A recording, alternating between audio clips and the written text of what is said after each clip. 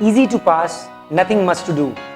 देख के ही तो लिखना है, जितने लोग उतनी बातें।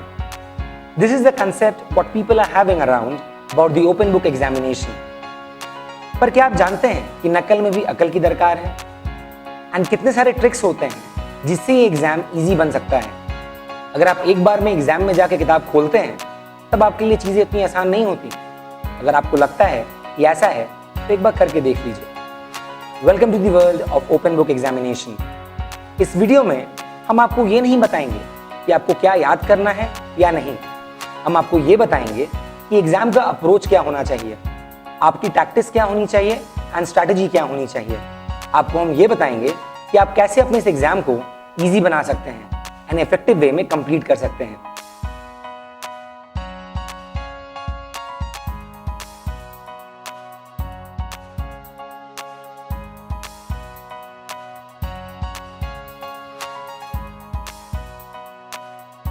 Welcome back friends.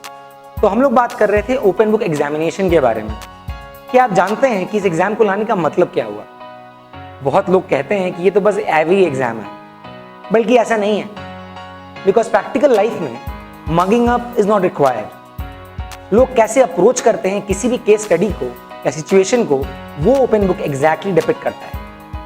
अगर आपने सर्कुलर देखा होगा इंस्टीट्यूट का अराउंड जून 2014 के एग्जाम के पहले रिगार्डिंग द ओपन बुक, तो वो कहता है कि in order to inculcate and develop skills of creative thinking, problem solving, decision making, analytical ability, real understanding, mastery to apply rather than simply recall, replicate and reproduce concepts and principles in the examination।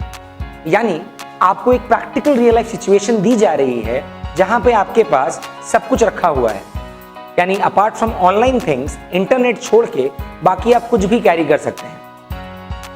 Exactly practical way में भी एक company secretary या given professional वैसे ही operate करता है, चाहे FCS हो या फिर 20 इयर्स ऑफ एक्सपीरियंस वाला बंदा, चाहे कोई भी हो। सबको जरूरी नहीं एग्जैक्टली प्रोविजंस याद हो। The main thing which matters is how you apply those regulations, those provisions in your practical world. The same thing is applicable for the open book as well. It is creating a scenario जहां पे आपको एक situation दी जाती है, जहां पे अपने materials को कंसल्ट करके आप आंसर निकालते हैं in a given span of time. That is the main trick of open book examination. अब हम ये जानना चाहेंगे कि एग्जैक्टली एग्जाम पैटर्न में होता क्या है। अब आप देखो कि एग्जाम में आप क्या क्या चीजें कैरी कर सकते हैं।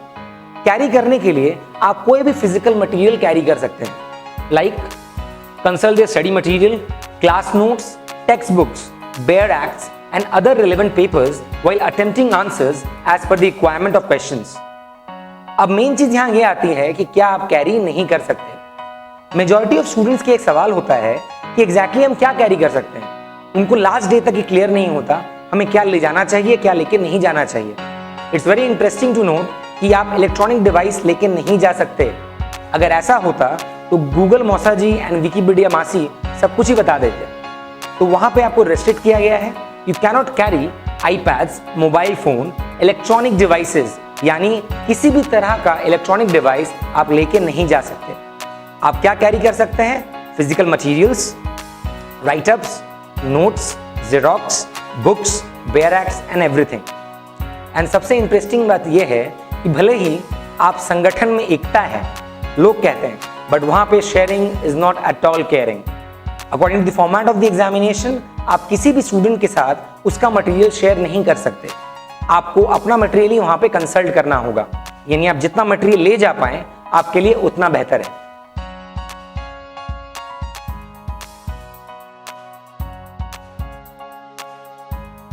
अब अपने बात करने वाले हैं रिगार्डिंग द एग्जाम पैटर्न।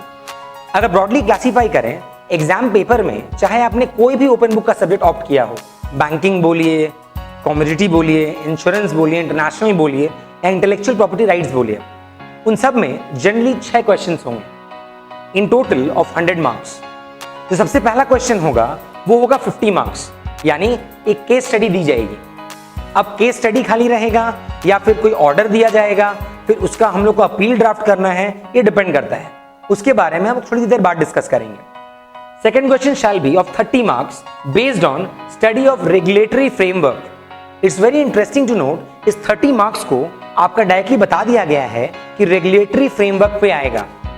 यानी बाई चांस अगर आप बात कर रहे हैं कि आपको इशू लाना है, मैं एग्जांपल दे रहा हूं कॉमोडिटी मार्केट से, अगर आपको इशू लाना है that might be N IPO, अब उस केस में आपके लिए बहुत इंपॉर्टेंट है ये जानना कि क्या क्या रिक्वायरमेंट्स होती हैं, कंप्लायंसेस क्या हैं, that can be a part of regulatory framework. Like number of directors required, it is again a part of regulatory framework. यानी यहाँ पे आपको डिफाइन कर दिया गया है कि ये 30 मार्क्स में टिपिकली डील करने वाले हैं रेगुलेटरी फ्रेमवर्क के साथ। And at last but not the least, number 3 से एंड नंबर 6 क्वेश्चन तक 5 marks each covering important topics of the syllabus, यानी 50, 30 एंड 20।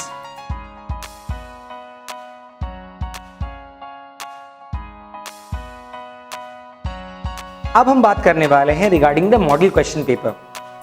स्टूडेंट्स के लिए जानना बड़ा जरूरी है कि इंटरनेट पे या फिर सर्च इंजन्स पे एज वेल एज साइट्स पे आपको मॉडल क्वेश्चन पेपर मिल जाएगा, जहां पे majorly 30 marks and 20 marks cover किए गए हैं। फॉर एग्जाम्पल अगर आप कॉमोडिटी की बात करें तो उस केस में 2 मॉडल पेपर आपको ऑनलाइन मिलते हैं, वहां पे 30 मार्क्स एंड 20 मार्क्स के क्वेश्चंस के ब्रेकअप दिए हुए हैं। यहां पर आपका case study is missing in few, यानी अगर आप केस स्टडी खोजने जाएं तो स्पेसिफिकली आपको कुछ नहीं मिलेगा, इसलिए ज्यादा दिमाग ज्यादा खोजने की कोशिश ना करें। अगर मिल जाए कहीं से तो इट्स योर गुड लक, अगर नहीं मिलता है तो बेटर रहेगा कि आप अलग फॉर्मेट पे कंसंट्रेट करें।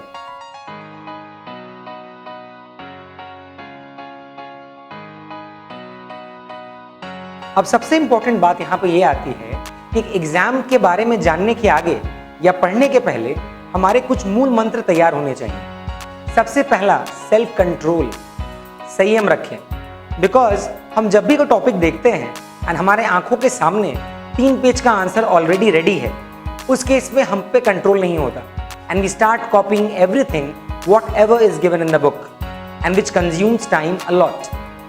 हमारी सबसे बड़ी गलती ये हो जाती है कि हम नहीं जानते क्या लिखना है एंड कितना लिखना है, and that makes time management the most difficult part in case of open book examination. Number 2, presentation really matters, because जो बंदा या बंदी आपका एग्जाम पेपर चेक कर रहा है वो भी ये बात जानता है कि आपके सामने किताब खुली हुई है, एंड उनके माइंड में बैक ऑफ द माइंड हमेशा रहता है कि शायद उसने याद करके नहीं लिखा है।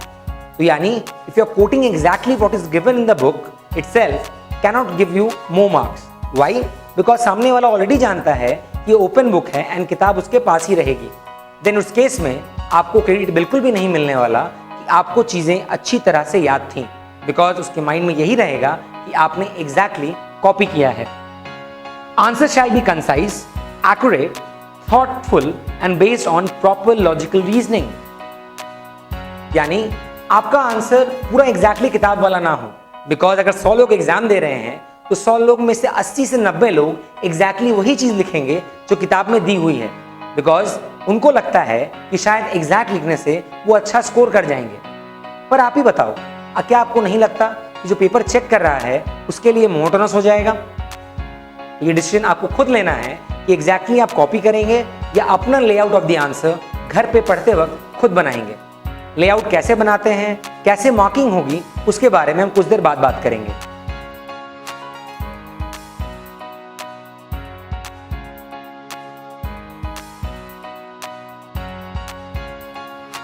हमने जान लिया regarding the broad base of the examination paper, फिर हमने जाना कि आपने क्या क्या फीचर्स होने चाहिए या क्वालिटीज होनी चाहिए in order to effectively complete the question paper. अब हम जानने वाले हैं कि एग्जैक्टली एग्जाम में हमें क्या क्या चीजें कैरी करनी है। जैसा कि आप जानते हैं कि जो स्पेसिफिक किताब आपको सब्जेक्ट के लिए दी गई है वो आपके लिए बहुत इंपॉर्टेंट है कैरी करना। क्यों? बिकॉज जब फर्स्ट टाइम एग्जाम हुआ था तो लोगों का मानना था कि 70% ऑफ द क्वेश्चन आपके उस किताब से आएगा। जैसे धीरे धीरे टर्म्स बढ़ते गए, लोगों का वो भ्रम टूटने लगा एंड लोगों को लगने लगा कि शायद उस किताब से नहीं आ रहा है। अगर हम डायरेक्ट बात करें तो शायद नहीं आ रहा, अगर इनडायरेक्ट बात करें तो सब कुछ उस किताब से ही आ रहा है, सिर्फ हम उस आंसर को स्पॉट नहीं कर पा रहे या फिर उसका एनालिसिस ठीक से नहीं कर पा रहे। तो सबसे पहली चीज़ हमें क्या दरकार पड़ेगी एग्जाम के लिए कि हम उस प्रिंटेड किताब को फॉर श्योर कैरी करें। अगर वो हम कैरी नहीं करते तो हम ऑलरेडी माइनस विकेट की तरफ चले जाते हैं। Number 2, master index made by me, यानी हमने एक मास्टर इंडेक्स प्रिपेयर किया है आपकी उस रिस्पेक्टिव किताब को देख के। अब आप सोच रहे होंगे कि मास्टर इंडेक्स का मतलब क्या है। इंडेक्स तो ऑलरेडी दिया हुआ है किताब में, तो आप मेरी मास्टर इंडेक्स से कैसे बेनिफिट कर सकते हैं, उसके बारे में हम कुछ देर बाद बात करेंगे। एंड एज पर डिस्कशन, अब चीज यहां पे देखिए, अगर आप कंट्रोल F करते हैं अपने इलेक्ट्रॉनिक मैथ में एक्ट लिख के, तो आप देखोगे ऑटोमेटिकली 10 से 12 एक्ट्स के नाम चले आते हैं। अगर आप रूल्स लिख के करते हैं, अगेन 15 से 20 नाम चले आएंगे। बाई लॉज लिख के करेंगे तब भी चले आते हैं। तो यानी जो जो एक्ट के नाम, रेगुलेशंस के नाम रेफरेंस में दिए हुए हैं किताब में, वो ऑटोमेटिकली आपके एग्जाम में एप्लीकेबल है। बट हमको लगता है कि सिर्फ 400 पन्ने की या 300 पन्ने की वो किताब ही हमारा सिलेबस है। अगर ऐसा होता तो ओपन बुक का मतलब ही क्या होता, एंड लोग आराम से देख के लिखते हैं, पास कर जाते हैं।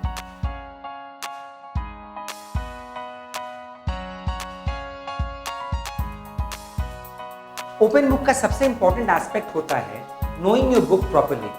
अगर आप किताब को अच्छे से जानते हैं, आप जानते हैं किस कॉर्नर में क्या चीज है, किस कॉर्नर से क्या सवाल आया है, आपके लिए आंसर खोजना एग्जाम में बहुत इंपॉर्टेंट हो जाता है एंड ईजी भी रहता है। इसलिए हमने ये मास्टर इंडेक्स के बारे में आपको ऑलरेडी बताया था। अब देखते हैं कि इस मास्टर इंडेक्स का यूज कैसा होता है।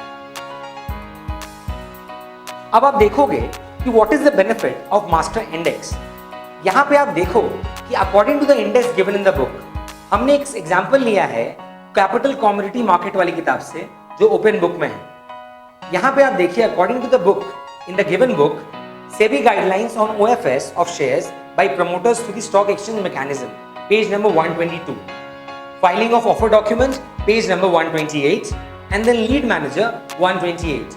अगर आप किताब वाला इंडेक्स देखें तो आपको चीजें ऐसी दिखेंगी कि आपके किताब में ये सारी चीजें हैं। अब आप जहां मेरे मास्टर इंडेक्स की तरफ बढ़ते हो, आप देखोगे same guidelines on OFS is 120 to 126।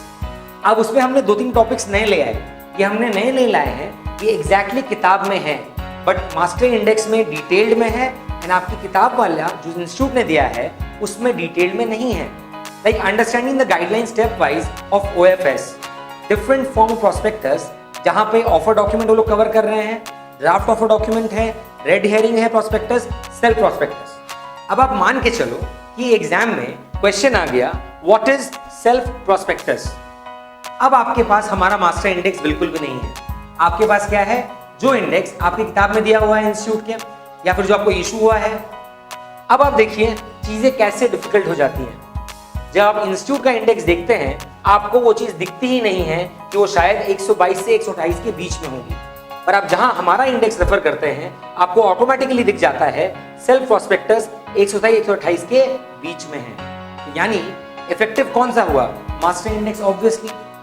क्योंकि अगर आपको ये नहीं पता, अगर आपको याद नहीं है कि वो वर्ड किस चैप्टर में यूज हुआ है, देन आपको मास्टर इंडेक्स बहुत हेल्प कर पाएगा। ये मास्टर इंडेक्स स्पेसिफिकली आपको 20 मार्क्स के लिए बहुत बेनिफिशियल है, एंड आपको 50 एंड 30 मार्क्स में प्रॉपर्ली गाइड कर सकता है।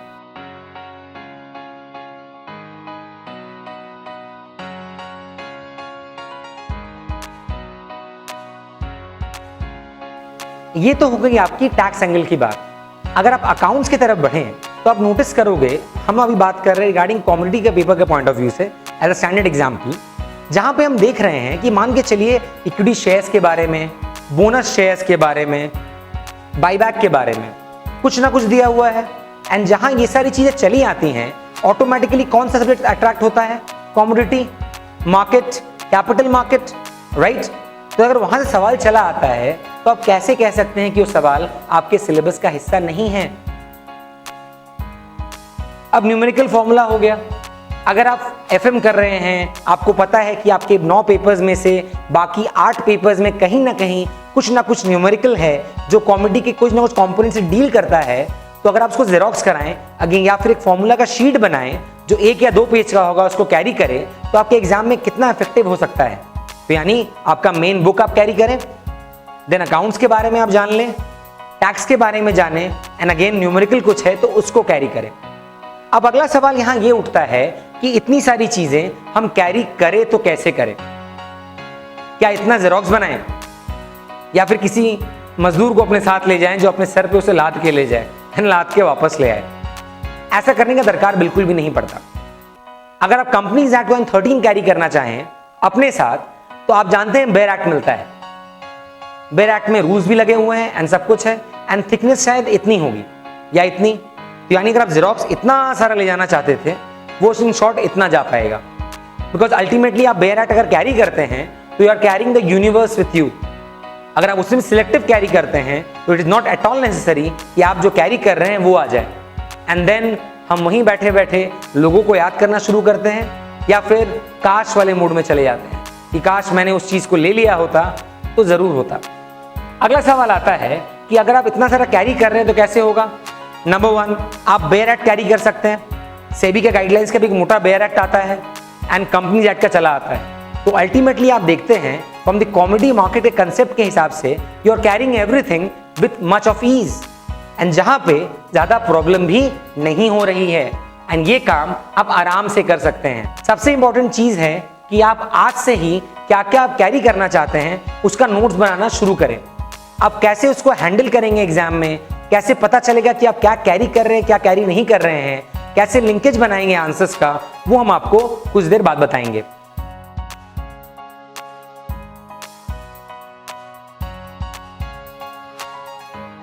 अब अगला सवाल आता है कि क्या मुझे सब कुछ याद करना है? क्या सिर्फ रीड करने से काम नहीं बनेगा? क्या सब रटना जरूरी है? या फिर कितने लोग तो कहते हैं रटने का दरकार ही नहीं है। यहाँ सबसे इंटरेस्टिंग बात यह है कि अगर आप जानते हैं किस कॉर्नर ऑफ द बुक में क्या है, कहां पे क्या सवाल दिया हुआ है, आपके लिए ओपन बुक 50% ईजी हो जाता है। एंड जो जनरल चीजें हैं, जो चीजें ईजी हैं, उनको अगर आप याद रखें ताकि आपको देख के लिखने में टाइम वेस्ट ना हो, क्योंकि आप जो दिमाग से निकाल के लिखेंगे वो बहुत तेज होगा जहां की आप कहीं से कॉपी करें। अब आप देखो how to proceed with the question in the exam. अब आप देखिए, अगर पैटर्न देखें 50, 30, 20, सबसे इंटरेस्टिंग बात यहां पे ये है कि आप सबसे पहले करें 20 नंबर का क्वेश्चन, बिकॉज ये जो 5 नंबर के क्वेश्चंस आते हैं वो आपके एग्जैक्टली बैंग ऑन क्वेश्चंस होते हैं। यानी अगर आप चाहें तो आपको पता होगा या आपको नहीं पता होगा। It's very simple. यहाँ पे आपका दिमाग दौड़ाने की दरकार नहीं पड़ेगी। एक डायरेक्ट क्वेश्चन होगा, या तो आपको यार आंसर आता होगा या फिर वो आंसर आपको नहीं आता होगा। तब हम बढ़ते अगला 30 नंबर की तरफ, जहां पे हम ये अटेम्प्ट करेंगे कि हम लोग उस फॉर्मेट को कैसे क्रैक करें। ये बहुत इंटरेस्टिंग है जानना कि ये जरूरी नहीं बिल्कुल भी कि 30 नंबर का एक बड़ा क्वेश्चन आए। अगर आप मॉडल क्वेश्चन पेपर देखें, क्वेश्चन पेपर्स देखें इंस्टीट्यूट का या फिर ऑनलाइन जो अवेलेबल हैं, वहां पे क्लासिफाई करके 10-10 नंबर का दिया गया है। या तो केस स्टडी दे देंगे 10-10 नंबर का विद फ्यू सब डिविजन्स, या फिर आप पकड़ के चलिए कि आपको डायरेक्ट क्वेश्चंस देंगे। अब आ गया 50 नंबर का। अब आप ये सोच रहे होंगे कि हम लोग ऐसा क्यों कर रहे हैं, क्योंकि 50 नंबर के लिए हमारा एक आपका एक आइडियोलॉजी होता है, या फिर मान के चलिए, आई एम सॉरी, आइडियोलॉजी नहीं, एक थिंकिंग होती है वहां पे, जहां पे आपको लगता है कि 50 नंबर के लिए क्या 4 पेज 5 पेज इनफ है।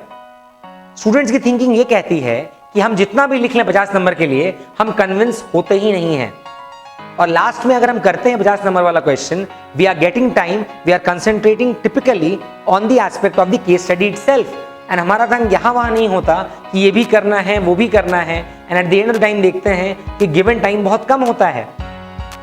एंड जहाँ की मैंने बताया कि आप कभी कन्विंस ही नहीं होंगे कि 50 नंबर का मैंने 4 पेज लिखा है या 10 पेज लिखा है वो इनफ है, आप और लिखना चाहेंगे, पर जहाँ एग्जाम का टाइम खत्म हो जाता है आपसे पेपर ले लिया जाएगा। तो यानी अल्टीमेटली आप अपनी सेटिस्फैक्शन को फोर्सफुली रुकवा देते हैं। तो सबसे इफेक्टिव वे क्या होगा एग्जाम में कि पहले आप 20 नंबर का करें, फिर 30 नंबर का करें, एंड उसके बाद 50 नंबर के तरफ जाएं। अब इन पेपर्स को कैसे हम अप्रोच करने वाले हैं, कैसा क्वेश्चन हम अटेम्प्ट करेंगे, कैसे आंसर करेंगे, उसके बारे में हम कुछ देर बाद जानेंगे।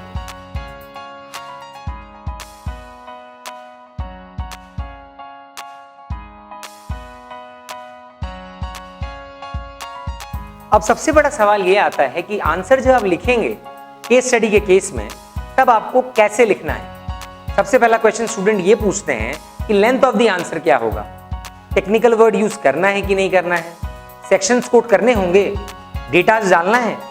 सबसे पहली बात यहाँ पे ये आती है कि 50 नंबर के लिए या 5 नंबर के लिए मैं बात करूं, एक स्टूडेंट कभी सेटिस्फाइड नहीं होता।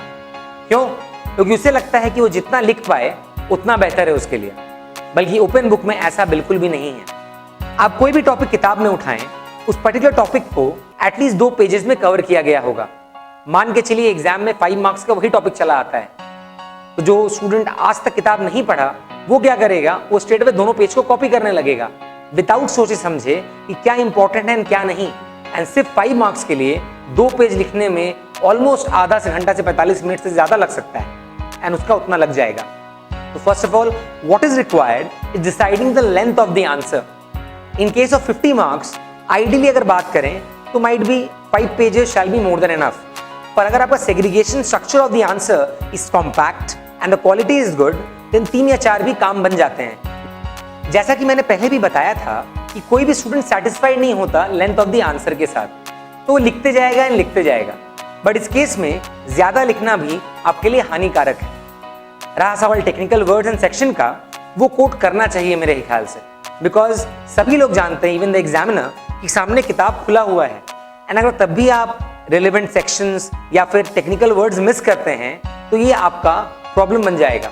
Because while reading at home before the exam आपको हैबिट होनी चाहिए कि वाइल रीडिंग आप टेक्निकल वर्ड्स को ना कि सिर्फ अंडरलाइन करें बल्कि उनको हाईलाइट करें। अब बात आती है रिगार्डिंग स्टैट्स एंड डेटास की। अगेन आई सेड कि किताब के सामने सब कुछ लिखा रहता है, अगर time permits and logically that thing is required तो हमें जरूर लिखना चाहिए, उसे छोड़ने से हमारे ही मार्क्स कम हो जाएंगे।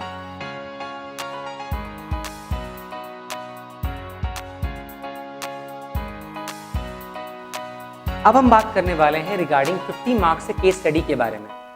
चाहे कोई भी ओपन बुक का सब्जेक्ट क्यों ना हो, सारे स्टूडेंट्स की एक ही प्रॉब्लम है कि 50 मार्क्स के क्वेश्चन को हैंडल कैसे करें एंड उसको लिखा कैसे जाता है। सबसे पहली बात यह आती है कि 50 मार्क्स का जो क्वेश्चन है वो 2 वे में आ सकता है। सबसे पहली बात कि एक सिंगल लाइन का क्वेश्चन आ जाएगा या फिर मल्टीपल क्वेश्चंस रहेंगे।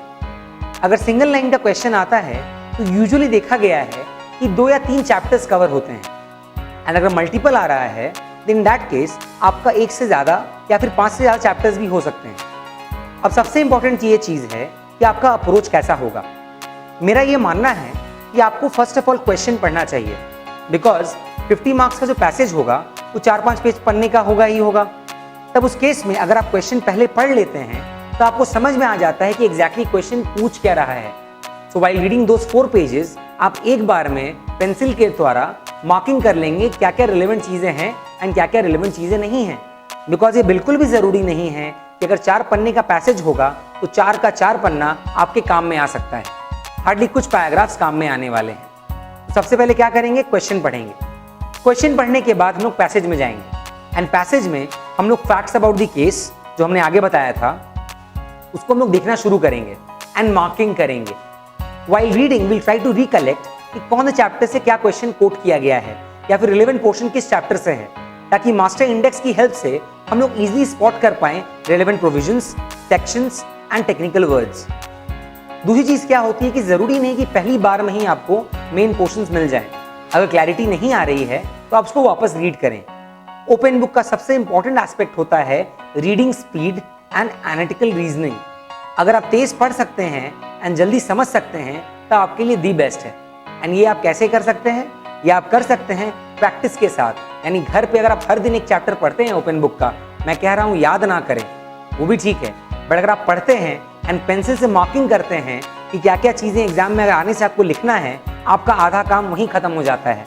एंड एक बार पढ़ने से आपके दिमाग में कुछ ना कुछ रजिस्टर कर जाता है। तो यानी 20% आपके दिमाग में रहेगा, आप उसको लिखेंगे खुद से। 80% आप ऑलरेडी मार्क करके लाए हैं, तो यानी 2 पन्ने का आंसर आधे पन्ने का हुआ एंड आधे पन्ने में से 3-4 लाइन आपको ऑलरेडी दिमाग में है ताकि उसको आप लिख पाएं। एंड इससे आपका 50 मार्क्स का क्या 20 मार्क्स का पोर्शन भी ईजी हो जाता है। 50 मार्क्स के केस में ज़रूरी नहीं कि खाली थ्योरी आए, सम्स भी आ सकते हैं, जैसे कि रिसेंट टर्म्स में आ चुके हैं। टैक्स इम्प्लीकेशन, अकाउंट्स, ये सारी चीज़ें कवर हो सकती हैं। तो इसके लिए आपको टैक्टफुली करना पड़ेगा।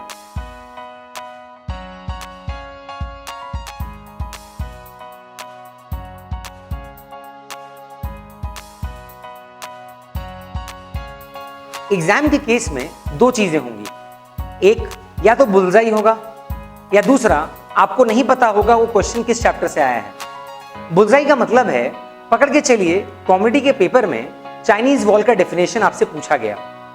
अगर आप किताब का कंटेंट देखेंगे जो किताब के अंदर दिया हुआ है, उसमें आपको चाइनीज वॉल नहीं मिलेगा डायरेक्टली। यानी जिस बंदे ने चाइनीज वॉल पढ़ा है वही बता पाएगा कि ये क्वेश्चन इनसाइडर ट्रेडिंग चैप्टर से है।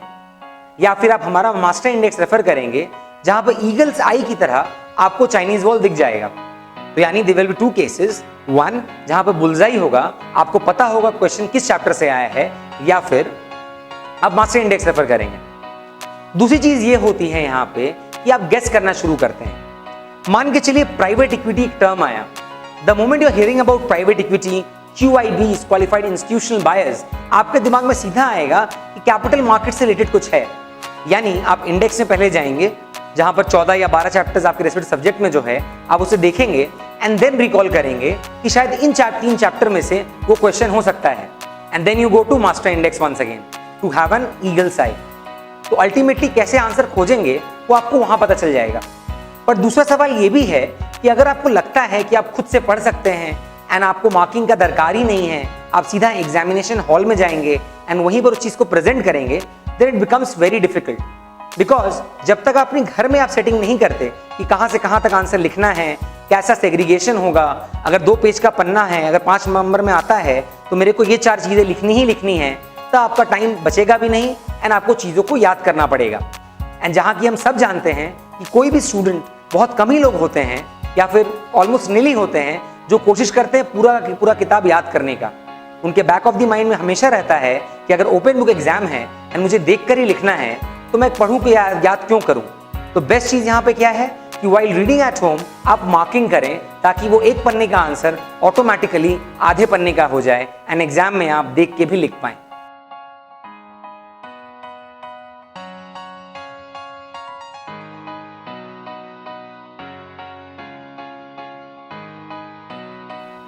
अब हम लोग आते हैं how to write a answer for direct question.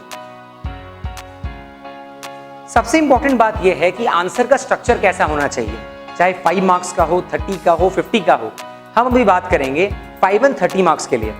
मान के चलिए एग्जाम में डिफरेंस लिखने को आ गया, यानी बोला गया कि आप डिफरेंस लिखिए। तो उस केस में आप कैसे लिखेंगे कि प्रेजेंटेशन वाइज बहुत साउंड हो। जैसा कि आप देख सकते हैं कि हमने 3 कॉलम बनाए, यानी 2 जहां पर एग्जाम्पल 1 पकड़ लीजिए एक क्वेश्चन है एंड एग्जाम्पल 2 एक क्वेश्चन है। इन दोनों के बीच आपको डिफरेंस लिखना है। तो सबसे पहली चीज आनी चाहिए बेसिस ऑफ डिस्टिंक्शन। ये आपको कैसे मिल पाएगा? एग्जाम में पकड़ के चलिए कि आप सोचेंगे कि किताब में तो पैराग्राफ वाइज दिया है, तो हम कैसे एग्जैक्टली वहां देख के लिखेंगे। इसके लिए आपको होमवर्क घर पे ही करना पड़ेगा, यानी आपको याद ना करना पड़े। तो इसके लिए जब आप रीड करें, नॉर्मली आप पेंसिल से मार्किंग करें कि ये आपका डिग्री के लिए बोला गया है, ये डिफरेंस टाइम पीरियड के लिए है, ये नेचर है, ये इसका स्कोप है। तो particular words like scope, nature, time period यहां लिखते गए आप वर्ड बाय वर्ड एंड यहां पे आपने 1 वर्ड में आंसर देना शुरू किया। आपने नोटिस किया होगा कि 5 मार्क्स के लिए आपने पिन पॉइंट आंसर किया, आपने डायरेक्ट आंसर किया एंड आपने एक पूरे पैराग्राफ को छोटा करके प्रॉपरली प्रेजेंट किया। एंड आप बताइए, क्या नहीं लगता कि presentation really counts in case of open book examination when everyone knows कि आपके सामने किताब रखी हुई है, चाहे आप पैराग्राफ्स लिखें या कोई कोटेशन भी डाल दें, सबके माइंड में यही रहेगा कि शायद इसने मटेरियल से रेफर किया है। So everything which matters, how you talk about the application, how you talk about the presentation and how you talk about the overall structure of your answer in the paper.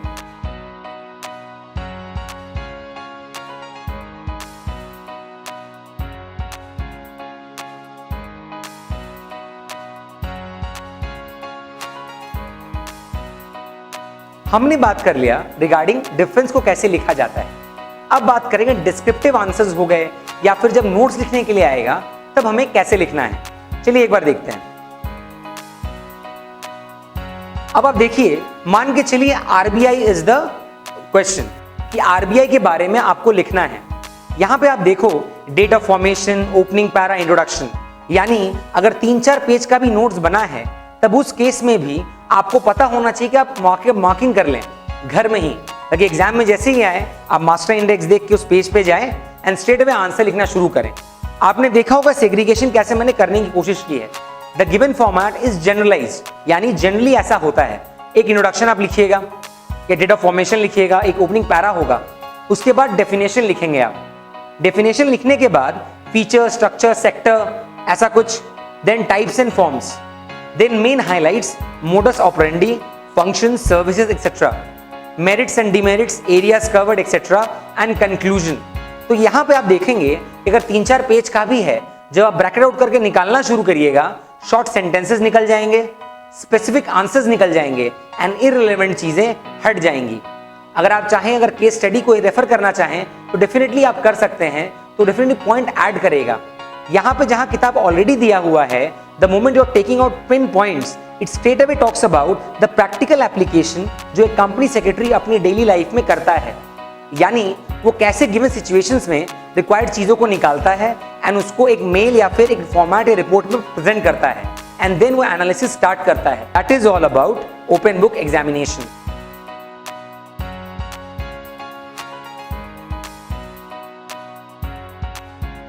Thank you friends for patiently watching this video. Open book examination ना उतना tough है ना उतना आसान है। अगर इससे कुछ एडवांटेजेस हैं तो कहीं ना कहीं लैक ऑफ प्रैक्टिस ये आपको प्रॉब्लम में डाल सकता है। सबसे पहली चीज जाननी यहाँ पे ये जरूरी है कि इस एग्जाम के लिए कोई भी क्वेश्चन इंपॉर्टेंट नहीं है, बिकॉज सामने किताब रहेगा। इट ऑल डिपेंड्स कि आप क्या क्या चीजें किस तरह से कैरी कर पाएंगे। तो अगर कोई कहता है कि ये चीज इंपॉर्टेंट है इस टर्म के लिए, तो थोड़ा मुश्किल है from the point of view of open book, because under the sky कुछ भी आ सकता है आपके रिलेवेंट सब्जेक्ट के लिए। Because whenever we talk about open book, आपका एक आउटलाइन खींच दिया जाता है कि ये आपका टॉपिक है एंड उसके अंडर में जो जो आएगा सारी की सारी चीजें कवर होती हैं। When it started in June 2014, people had a view कि शायद किताब से ही आता है। फिर एक टर्म गया तो लोगों का थोड़ा व्यू चेंज हुआ। अब समझ में आ रहा है कि शायद कुछ भी आ सकता है। Sums, tax, accounts, anything can be covered. And मैं ये भी नहीं कहता कि आपको एग्जैक्टली चीज़ों को मगअप करना है। ओपन बुक के केस में आपको चीज़ें समझनी है, ना कि याद करनी है। ज़्यादातर अगर आप याद कर पाएँ तो आपके लिए बेस्ट है, बट अगेन अगर याद की हुई चीज़ नहीं आती है तब तो आपको देख के ही लिखना पड़ेगा, because it's very difficult to mug up everything under the sky. तो आपको पता होना चाहिए कि आपके मटेरियल्स कैसे हैंडल होते हैं, आप क्या क्या कैरी कर रहे हैं, उसका एक इंडेक्स बने, हमारा मास्टर इंडेक्स कैरी करें, यानी बाकी सारी चीज़ें क्या होती हैं आपको पता होना चाहिए। तो इन केस ऑफ ओपन बुक आप किसी से समझ रहे हैं या सीख रहे हैं या सीनियर्स के पास जा रहे हैं, तो उनसे ट्रिक्स समझने की कोशिश करें कि एग्जैक्टली आप मटेरियल को कैसे हैंडल करेंगे, या फिर याद की हुई चीज़ अगर नहीं आती है तो आप कैसे आंसर लिखेंगे। ये जानना बड़ा ज़रूरी है, बिकॉज ओपन बुक में स्पेसिफिकली अगर आपको कुछ पढ़ा दिया जाए एंड कहा जाए वही सिलेबस है, ये आपके लिए बहुत खतरनाक हो सकता है, बिकॉज ओपन बुक में कुछ भी आ सकता है। तो आपको समझने की दरकार है कि आपके टॉपिक में क्या क्या चीज़ें कवर्ड हो सकती हैं एंड उसको आप कैरी करें इन ए सिस्टमैटिक मैनर। एंड सिर्फ कैरी करना ही इनफ नहीं होता, उसको हैंडल करना, उसकी मार्किंग करना, ये भी इंपॉर्टेंट है। इन the given span of time सब कुछ कवर करना बहुत टफ है। बहुत सारी चीज़ें ऐसी हैं जो हमने शायद इस वीडियो में कवर नहीं की हैं, जो शायद हम आने वाले वीडियोस में कवर करें या फिर हमारे सेमिनार्स या क्लासरूम स्ट्रक्चर में करें। फिलहाल के लिए हमारे पास ओपन बुक के लिए जनरल चीज़ों में यही चीज़ें थी। I hope you like this video, and अगर आपको कोई भी हेल्प चाहिए रिगार्डिंग एनी इन्फॉर्मेशन और document, you can definitely contact us.